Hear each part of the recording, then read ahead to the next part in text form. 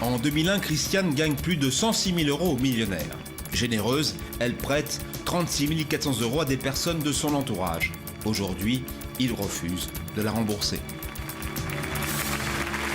Cette affaire est une affaire que nous avons traitée conjointement à la radio et ce soir dans Sans aucun doute. Christiane, en 2002, vous avez acheté un ticket de millionnaire.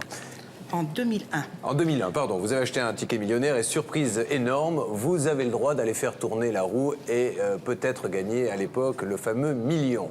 Vous vous rendez sur place, vous faites tourner la roue et combien gagnez-vous ? 700 000 francs. 700 000 francs à l'époque, dont 106 000 euros aujourd'hui, ce qui est une somme énorme. Donc c'est la joie la plus totale.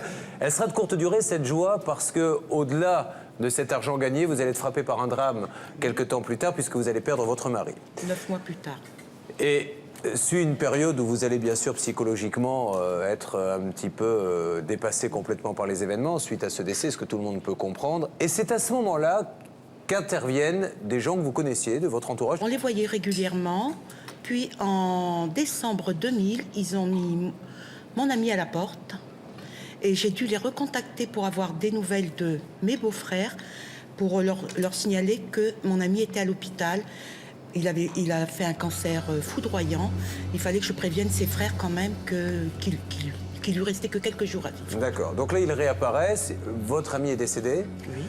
Et il vous demande un petit emprunt. Oui. De combien ?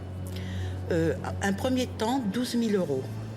Ensuite, plusieurs montants, parce qu'ils n'avaient pas assez pour payer leurs dettes. Il y a eu 3 300, 1 300, 3 500.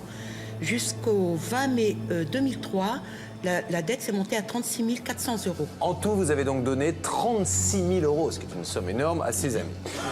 Malheureusement, vous n'avez pas été très prudente, parce que vous faites partie de ces gens qui croient en l'amitié, qui croient aux amis. Vous n'avez fait aucune reconnaissance de dette. Oui.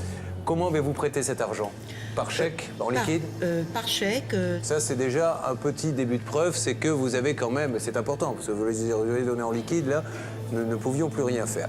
Alors, quand vous leur réclamez cet argent, qu'est-ce qui se passe ? Alors, j'ai réclamé en décembre 2003 un premier remboursement. Et le mari a dit à sa femme, donne-lui 300 euros et puis qu'elle ne vienne plus nous embêter. Ils m'ont carrément jeté à la porte. C'est-à-dire que généreusement, ils ont dit, tiens, 300 euros, garde tout, et on n'en parle plus. Nous avons essayé de les appeler ensemble lors d'une émission de radio, et à ce moment-là, on s'est fait un petit peu envoyer paître, il faut dire les choses comme elles sont. Cette dame que nous avons eue a joué sur le fait qu'elle-même venait de perdre sa mère. Nous avons essayé d'expliquer que nous compatissions, que c'était dramatique, mais qu'il n'empêche que vous aviez été là quand ils en avaient besoin, et que on voulait bien revoir cet argent, et finalement, nous n'avons pas eu de réponse. Je n'étais pas seulement la trésorière, j'ai été la femme de ménage, la lavandière, la repasseuse, la cuisinière, la garde-malade. J'ai beaucoup aimé cette personne qui m'a tendu les mains. En 78, je me suis mise en ménage avec Dédé. Et c'est elle la première qui m'a tendu les mains parce que j'étais rejetée par sa famille à lui. D'accord. Voilà. Est-ce que l'argent vous a été demandé par la mère ou par le père ? Les deux. Combien vous ont-ils remboursé à ce jour ? 2 400 euros. Sur les 36 000 ? Voilà. Bien. Aujourd'hui, vous n'avez pas attaqué en justice ? Ah non, parce que comme j'avais pas de reconnaissance de dette, c'est suite au livre, justement. Vous avez quand même des débuts maintenant, entre l'échec et les déclarations qui ont été faites lorsque nous l'avons appelé, vous avez quand même maintenant de quoi, je pense, entamer une procédure, si ces gens-là sont solvables. Nous allons essayer de les joindre, la régie fait le numéro. Nous nous y attendions, personne ne répond chez les anciens amis de Christiane. Julien Courbet et son équipe décident d'entrer en duplex avec un journaliste dépêché sur place. Allô Timothée ? Oui, bonjour Julien. Alors Timothée, vous êtes en compagnie donc de notre amie Christiane. Vous vous trouvez, je suppose, pas trop loin du domicile de ces gens-là ? Absolument. Écoutez, on se trouve à quelques encablures de l'immeuble où réside l'ancien ami de Christiane, celui auquel elle a prêté plus de 36 000 euros. Donc, Christiane m'expliquait tout à l'heure que cet ami travaille de nuit. Donc, alors il a toutes les chances de se trouver à son domicile. On va donc sans doute pouvoir le rencontrer et essayer de discuter avec lui et trouver une solution à ce problème. Christiane, elle est très angoissée. Pouvez-vous me la passer, Timothée, s'il vous plaît ? Oui, je vous la passe tout de suite. Merci. Oui, bonsoir Julien. Oui, rebonsoir Christiane. Je sais que vous êtes un petit peu angoissée. Oui. Mais... Très angoissée même. Pardon ? Très angoissée même. Oui, mais Christiane, il faut aussi savoir dans la vie faire valoir ses droits. Je crois que vous avez été suffisamment patiente et généreuse. On vous doit 36 000 €, ce n'est pas rien. Oui, bien sûr. Donc il va falloir y aller maintenant. D'accord, pas de problème. Allez, bon courage Christiane. On se déplace en direction de l'entrée de cet immeuble. Quelques mètres là nous en séparent encore. Merci beaucoup, madame. Merci, bonne soirée. Voilà, donc on est rentré dans le hall de l'immeuble. Vous m'entendez toujours? Tout à fait. Rappelez que cette dame avait pris un engagement à la radio de rappeler, de faire avancer les choses et que rien n'a été fait. Écoutez, on a sonné. Visiblement, quelqu'un a regardé à travers l'œilleton de la porte. Mais personne ne se manifeste. Est-ce qu'il serait possible de discuter, de trouver une solution? Il y a un œil de bœuf? Oui, absolument. Voilà. Moi, j'ai vu quelqu'un regarder à travers cet œilleton et voilà, personne n'a visiblement venu nous répondre. Une demi-heure plus tard, notre journaliste réussit à dialoguer avec les anciens amis de Christiane. Je vous la passe. Oui, bonjour. Oui, bonjour. Excusez-nous de vous déranger, mais... C'est pas grave, mais comme j'expliquais à mon collègue, elle a fait plein de problèmes à mon père au travail. Elle a envoyé des lettres. Mon père a perdu son travail, j'ai enterré ma mère.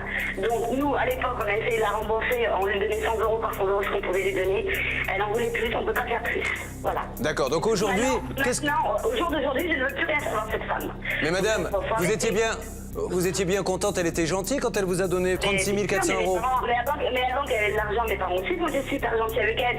Elle était au RMI, elle allait manger au restaurant du cœur, c'est mes parents qui les à manger quand même. Alors, donc, ça... Bon, vice versa, entre amis. D'accord. C'est une autre histoire. Alors passez-la moi, on va lui demander. Des histoires pareilles, c'est même pas la peine. Moi, je veux même pas savoir votre émission sous aucun doute. Oh, c'est une très bonne émission, je regarde tous les vendredis soirs. D'accord. Mais moi, je veux rien savoir avec elle. Pour vous, madame, c'est terminé, vous ne paierez plus rien. On est d'accord? Non, bon. on est d'accord. Madame, vous savez qu'elle risque de faire une procédure, hein? Bah, mais qu'elle fasse autant de procédures, de toute façon, elle peut faire ce qu'elle veut. Nous, on a signé un papier. Non, on n'a rien. Quand on nous a donné l'argent, elle m'a dit Christiane, on vous a remboursé, on va payer les papiers dette, de connaissance de dette, je sais pas comment on appelle ça. Et elle n'a pas voulu. Alors voilà, elle va avoir la preuve de quoi? Bon, écoutez. Maintenant, c'est tout. Hein. Madame, c'est très clair. Bon, je pensais que vous étiez peut-être... Voilà, je pensais qu'on pouvait faire table rase et trouver un petit arrangement, mais visiblement, vous avez... Il n'y a pas de morale, non. Aucune morale. Mais vous me confirmez qu'elle vous a prêté cet argent sans reconnaissance de dette? Non, aucune, bien sûr. Bon, eh bien écoutez, madame, vous avez le droit de penser ce que vous pensez, et puis après, c'est évidemment la justice qui tranchera. Nous, on voulait essayer de voir s'il était possible d'avoir une médiation. C'est en sorte que la justice tranchera, pas traitement tribunal s'il faut, c'est pas grave. Elle fait ce qu'elle veut, c'est pas grave. De toute façon, on passe au tribunal, on devrait passer au tribunal, c'est pas un problème, mais de toute façon, elle ne verra rien de nous. Ça, vous pouvez lui dire bien clair et bien précis. Hein. Eh bien, je vous remercie, madame. C'est moi, puis continuez votre émission, elle est super. C'est gentil, merci beaucoup. On vous souhaite une bonne soirée. Au revoir. Au revoir.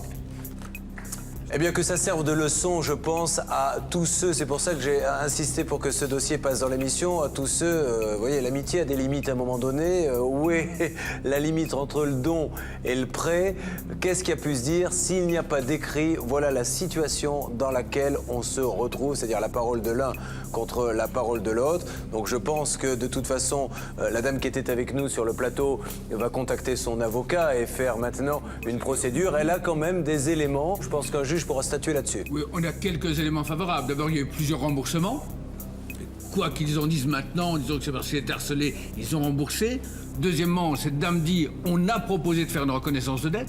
Donc elle reconnaissait que ce n'est pas un don, c'est aussi une preuve importante. Troisièmement, la situation de cette dame qui a gagné au millionnaire, mais qui était vraiment très pauvre avant, il n'y a aucune raison de penser qu'elle ait voulu donner quasiment la moitié de ce qu'elle avait gagné à ces personnes-là. Et donc, manifestement, on peut penser que c'était un prêt. Donc aujourd'hui, cette dame a suffisamment d'éléments, ce qui n'était pas le cas d'ailleurs avant l'émission, pour aller voir son avocat qui la conseillera pour tenter une procédure et la justice fera son travail. Que cette histoire vous serve vraiment de leçon à l'avenir. Faites des déclarations de dette.